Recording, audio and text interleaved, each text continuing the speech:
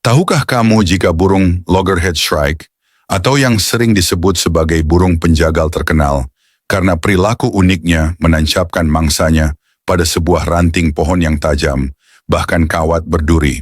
Setelah mendapatkan buruannya, biasanya burung ini tidak akan langsung memakan hasil buruannya. Pada saat itu juga, mereka akan meninggalkannya dan menjemurnya hingga berhari-hari lamanya. Tujuannya adalah untuk membasmi racun yang terkandung pada hewan tersebut sebelum mereka memakannya. Selain itu, cara ini juga merupakan sebuah strategi untuk mencadangkan sumber makanan ketika suatu saat mereka kesulitan untuk mendapatkan buruannya.